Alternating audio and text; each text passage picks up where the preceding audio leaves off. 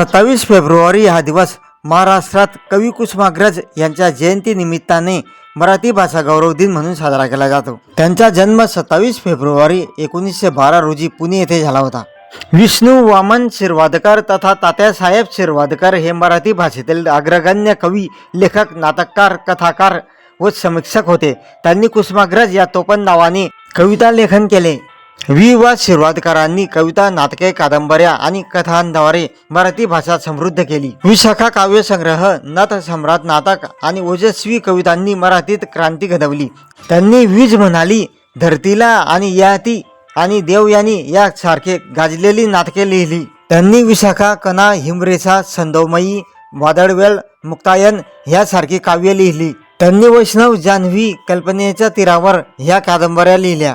1966 मध्ये मडगाव येथील अखिल भारतीय मराठी साहित्य संमेलनाचे अध्यक्ष होते। 1990 मध्ये पहिल्या जागतिक मराठी परिषदेचे अध्यक्ष म्हणून काम पाहिले। वि.स. खांडेकर यांच्या नंतर मराठी साहित्यात ज्ञानपीठ पुरस्कार मिळवणारे ते दुसरे साहित्यिक होते।